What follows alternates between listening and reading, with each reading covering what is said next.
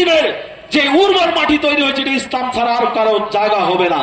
প্রত্যেক জায়গায় জায়গায় প্রতি ইঞ্চি মাটিতে যেহেতু রক্ত ঝরেছে, 1 ইঞ্চি মাটি আমরা কোন প্রকার প্রতিরোধ ছাড়া আমরা ছেড়ে দিব না ইনশাআল্লাহ।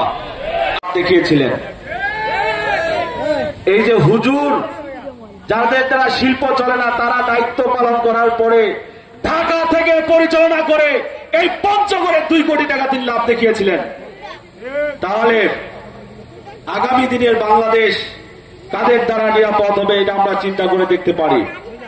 আমরা জানি ডাকসু নির্বাচন হয়েছে কিছুদিন আগে, যে হোস্টেলের যে বয়, যে বাবুর্চি, যে রান্না বান্না করে, হোস্টেলের যারা খাবার পরিবেশন করে, কিছুদিন আগে তারা যে মাছ দিয়েছিল যে ছাত্রদের, আমরা জানি আমাদের হোস্টেলগুলোতে, বিশ্ববিদ্যালয় হলগুলোতে সাধারণত প্রান্তিক জনগোষ্ঠীর ছেলেমেয়েরা পড়াশোনা করে, গরিব অসহায় মানুষের, যে টাকা দিয়ে মাছের পিস, ছোট ছোট মাছের পিস।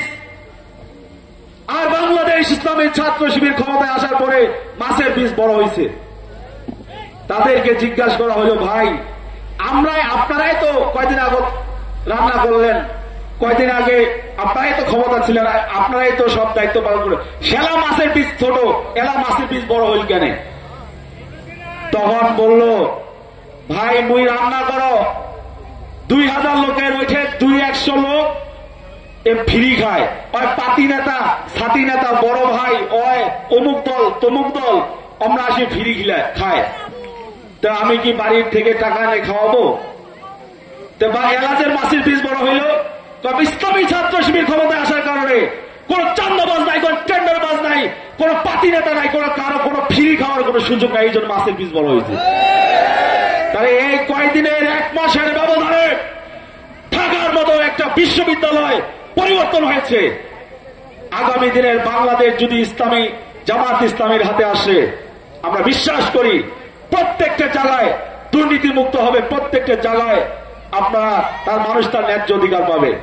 পরিশেষে আমি বলতে চাই, প্রিয় ভাইরা আমার, আজকে সারা বাংলাদেশে ইসলামের পক্ষে, বাংলাদেশ জামাত ইসলামের পক্ষে একটি গণজোয়ার সৃষ্টি হয়েছে।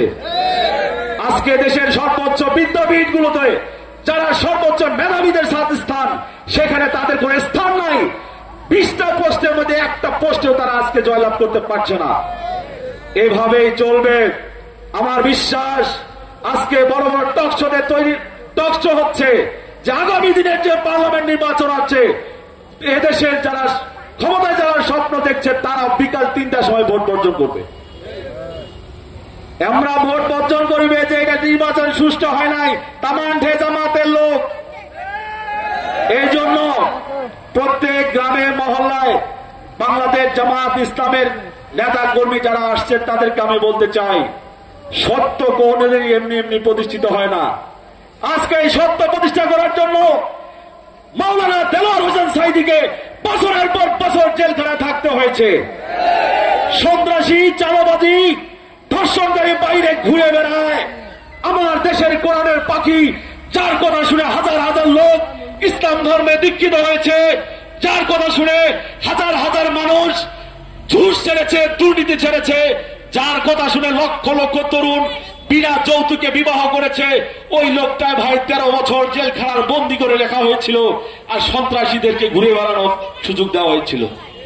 তাদের সীমাহীন অবদান, মাওলানা মতিউর রহমান নিজামীর রক্ত, সকল শহীদের রক্ত যে বাংলার জমিতে পড়েছে, আগামী দিনের যে উর্বর মাটি তৈরি হয়েছে ইসলাম ছাড়া আর কারো জায়গা হবে না। এই জন্য কোনো আফসোস করবেন না, ভীত সন্ত্রস্ত হবেন না। প্রত্যেক জায়গায় জায়গায় প্রতি ইঞ্চি মাটিতে যেহেতু রক্ত ঝরেছে, 1 ইঞ্চি মাটি আমরা কোন প্রকার প্রতিরোধ ছাড়া আমরা ছেড়ে দিব না ইনশাআল্লাহ। আপনারা সাহস নিয়ে ময়দানে টিকে থাকবেন, বিজয় আপনাদের হবে ইনশাআল্লাহ। তাই এই জন্য আমরা প্রতিপক্ষ কাউকে মনে করি না। সকল দল, মত, জাতি, ধর্ম, বর্ণ সকলে আমাদের ভাই, সকলের রক্ষণাবেক্ষণ দায়িত্ব আমাদের। আজকে বিএনপি থেকে, অন্য দল থেকে, সকল দল থেকে জনস্রোত হচ্ছে বাংলাদেশ জামাত ইসলামী থেকে। এই জন্য কারো বিরুদ্ধে কোনো কথা নাই, সকলে আমাদের ভাই। কেউ আসতে 1 ঘন্টা সময় লাগে, কারো 1 দিন লাগে, কারো 10 দিন লাগে, কারো 100 দিন লাগে, কিন্তু আসবে ইনশাআল্লাহ। এই জন্য প্রিয় ভাইরা আমার, পরিশেষে যেটা আমি বলতে চাই, ভ্রাতৃত্বের বন্ধন, ডাক্তার আমিরে জামাতের যে সকল ধর্মের মধ্যে সীমাহীন ভালোবাসা, তিনি আমাদের পঞ্চগড়ের সম্বন্ধে যে ভালোবাসা দেখিয়েছেন, এর আমরা যেন ব্যর্থ না হই। কোন অমুসলিম ভাই, কোন অন্য ধর্মের ভাই আমাদের দ্বারা যেন ক্ষতিগ্রস্ত না হয়, তাদের ব্যাপারে আমরা সচেতন থাকবো। পরিশেষে আমরা এই আন্দোলনকে, আগামী দিনের ভোট যুদ্ধকে, আগামী নির্বাচন পর্যন্ত আমরা আমাদের সংগ্রাম, আমাদের নিজস্ব পরিশ্রম, নিজের অর্থ দিয়ে, নিজের সময় দিয়ে আমরা এই পরিশ্রম আমরা চালিয়ে যাবো। ইনশাআল্লাহ পারবো তো?